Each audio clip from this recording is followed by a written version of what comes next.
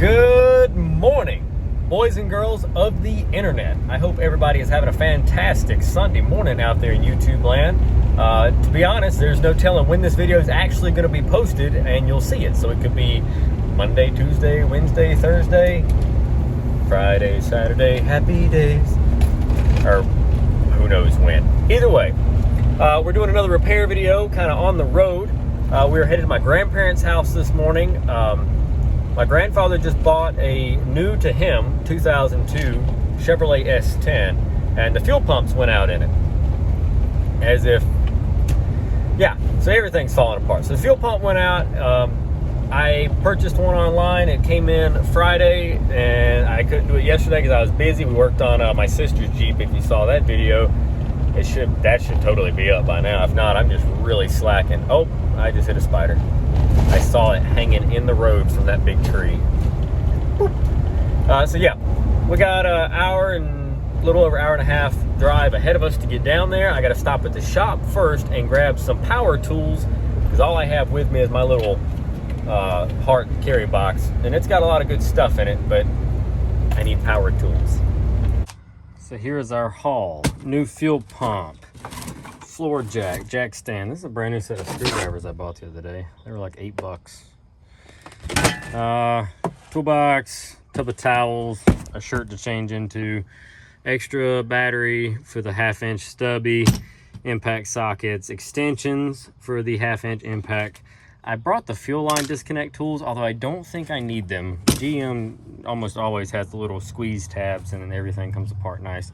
And of course a tripod to film with, and then up in there is a yoga mat, because I know how bad everybody wants to see me do yoga.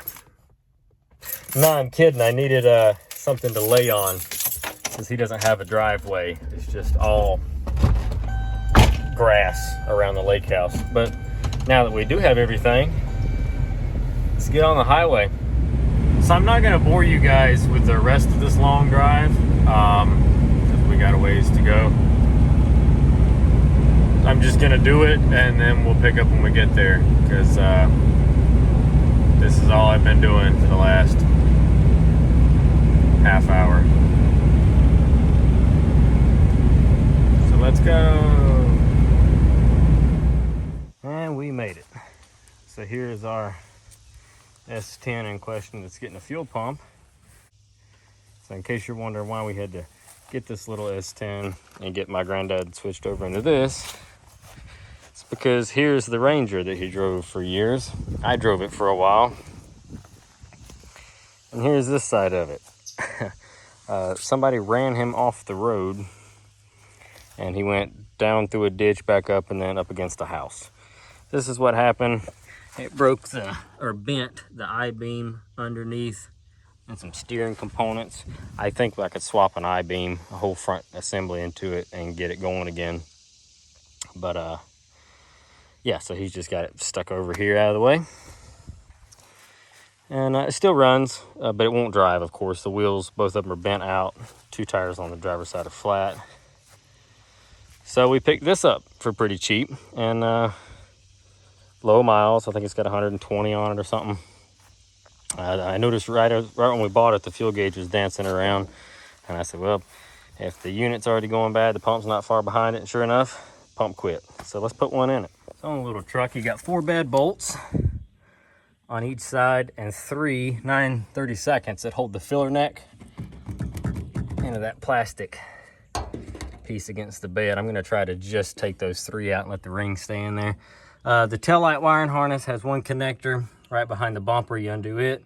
I'm not pulling it all the way off the truck, so I think I can just leave it once I've got it disconnected now, because there's a ground strap, but I don't think we got to fool with that. But you got a bed bolt there, another one there, one of them hiding up here in this hole, and then the back one back here. Where is it at? Right there, through that hole. And it's the same that's mirrored on the other side. Took them all off with an extension. Now the bed should be free.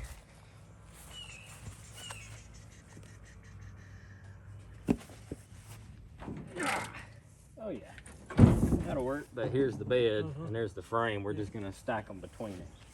Tell me when you're ready. Go ahead. Want both of them? Sure.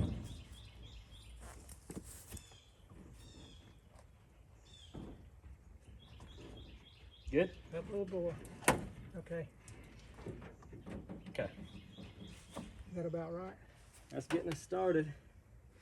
Just about. See the fuel pump right there, way up there in the front. So here's what we got. I got a floor jack underneath there on the frame to the bed. Relocated my safety wheels. And there's our fuel pump right there. Got 3 fuel lines, the fuel tank pressure sensor, and the electrical connector itself, and then the locking ring. We will disconnect all of these. This pump is pretty shot, so I bet there's not a lot of fuel pressure in it. It should be okay just to disconnect. Because it is all still connected, I can pull the fuel pump fuse, start the engine, and let it bleed off pressure. And we might do that too, I don't know yet, we'll see. But yeah, so let's get it off. Well, ring's off, lines are off, tank is out, or pump is out.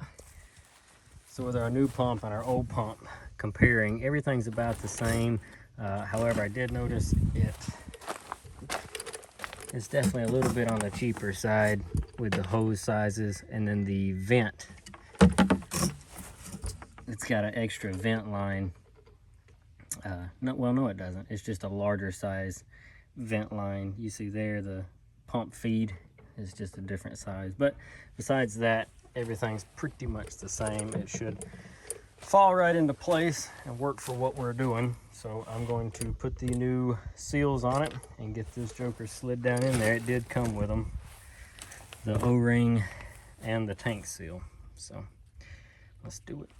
All right, everything is in. So what we're gonna do now is come up here, reinstall our fuel pump relay.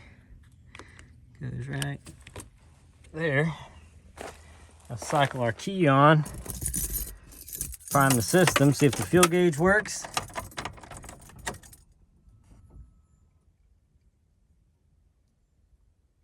Fuel gauge works.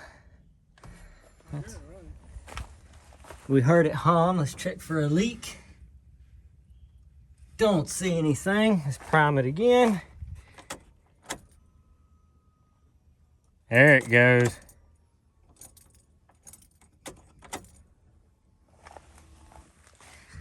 Building pressure now. Check for leaks. Don't see anything. Let's spin it over.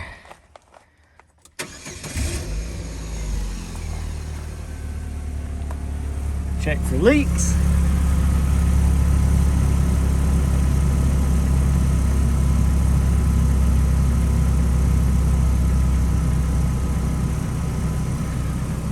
All right.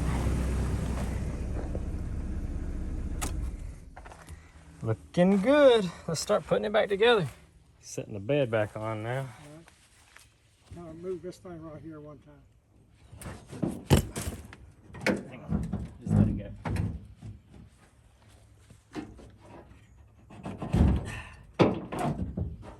There we go. That beat all I ever seen. Just like that. I wouldn't have that luck in a million years. And now we'll get the bed all lined back up. Start getting some bolts in it. Yeah, we'll be good to go. Then go ahead and put those little ones in while you're doing something else. We sure can. We can put them in, and then I'll crawl under it in a second and start bed bolts.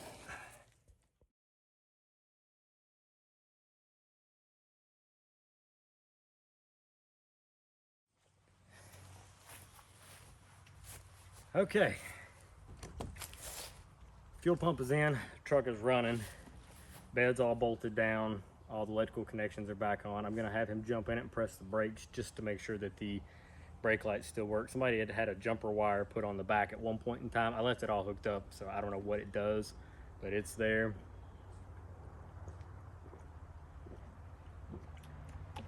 Yeah. So now we're gonna find somewhere to cool off for a minute, and then I gotta change clothes and kind of give myself a whore bath in the sink because we're going out to dinner, or lunch, I should say. But let's go hear this thing run again, shall we? All right, flick the key.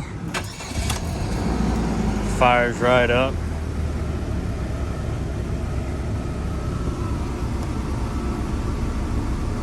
Oh, 135,000. I think I said 120. 135,000. And got his air conditioner cranking. Don't worry, ice cold air. I'm not gonna leave him in something that doesn't have air conditioning. I made sure I checked that before we bought it. Truck's got the 2200 or the 2.2. Same motor pretty much that's in the Cavaliers, but they don't swap because the engine mounting blocks are different where the motor mounts go on. The worst thing you ever have to do with these are timing chains usually. Every now and then you'll see one pop ahead, but normally that's preventable if you just don't run them fucking hot. So worst case scenario, at some point I got to put a timing chain in it. So far, besides buying the truck, we installed a new battery. He put 4 new, I don't even know what brand these are, but they're all seasons. He put 4 new tires on it, and now I put a fuel pump in it. And that's been it. Motor sounds pretty good. Oil's clean, air conditioning is cold. And he drives this thing back and forth to work. So he's got to have something decently reliable with cold air. And the miles were good. If nothing else, the miles sold me on it, you know. It's not the prettiest thing, but man, it runs good. Pack the rest of my stuff up in the old Avalanche. And then I got to go change clothes because we're going out to dinner. And yeah. Where are we going to eat at? I don't know. Like I told them, wherever they stop. So right on right, we're gonna have to eat inside wherever we go. Oh yeah, it's too hot. Ain't gonna be able to sit outside. I ain't sitting on that patio. Let's see. What's Bill's weed eater? You got it? Yeah, I got it at the He shop. said he's 16 years old. Yeah, that's an older one. That's a nice one. I think it's an Echo or a Steel, one of the two. Yeah, I think he said it was Echo. He said, "Who told you?"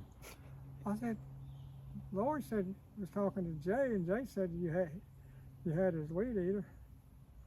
I said, "You don't get much use out of it, do you?" He said, "What do you mean?" I said, "That's 16 years old and still running." He ain't wore it out yet.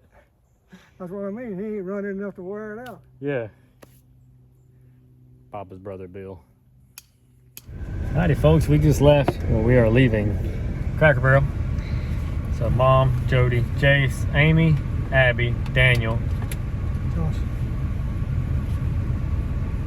Jonathan, me, and Papa all had lunch. It is extremely hot. Truck set 102 degrees. The air conditioning it ain't doing it today. But we're headed back to the lake house, drop Papa off, get our stuff, and I'm headed home, and we'll call this one a wrap.